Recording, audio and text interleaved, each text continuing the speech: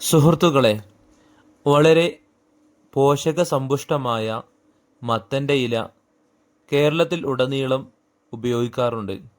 പ്രധാനപ്പെട്ടും അത് തോരൻ വെച്ചും താളിച്ചുമാണ് ഉപയോഗിക്കാറുള്ളത്.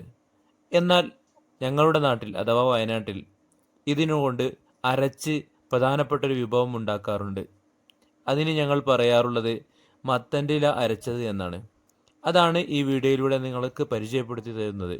അതുകൊണ്ട് ഈ വീഡിയോ അവസാനം വരെ കാണണമെന്ന് അറിയിക്കുന്നു.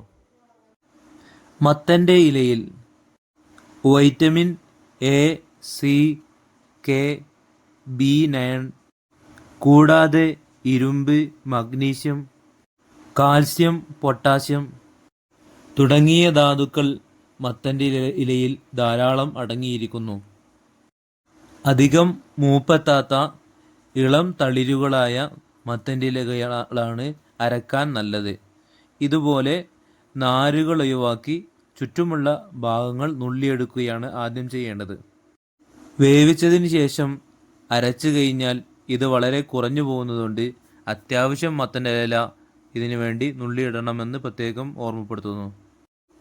ഏതുതരം ഇലകളാണെങ്കിലും ഉപയോഗിക്കുമ്പോൾ വളരെ ശ്രദ്ധിക്കണം.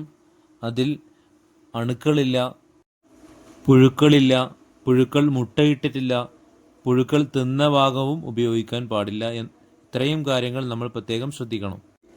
ഇതിലേക്ക് പ്രധാനമായും ആവശ്യമായ ചേരുവ നല്ല കാന്താരിയും അതുപോലെ ആദ്യം നുള്ളിയിട്ട മത്തൻ്റെ ഇല അല്പം ഉപ്പും ചേർത്ത് നന്നായി വേവിച്ചെടുക്കുക. അതിനുശേഷം അതിലേക്ക് കാന്താരിയും ആവശ്യത്തിന് വെളുത്തുള്ളിയും അല്പം ഇഞ്ചിയും ചേർത്ത് നന്നായി അരച്ചെടുക്കുക. അത് അല്പം വെളിച്ചെണ്ണയിൽ തൂമിച്ചെടുത്താൽ നല്ല സ്വാദിഷ്ടമായ മത്തൻ്റെ ഇല അരച്ചത് തയ്യാറായി. ഇത് നമുക്ക് ചോറിലേക്ക് ഉപയോഗിക്കാം.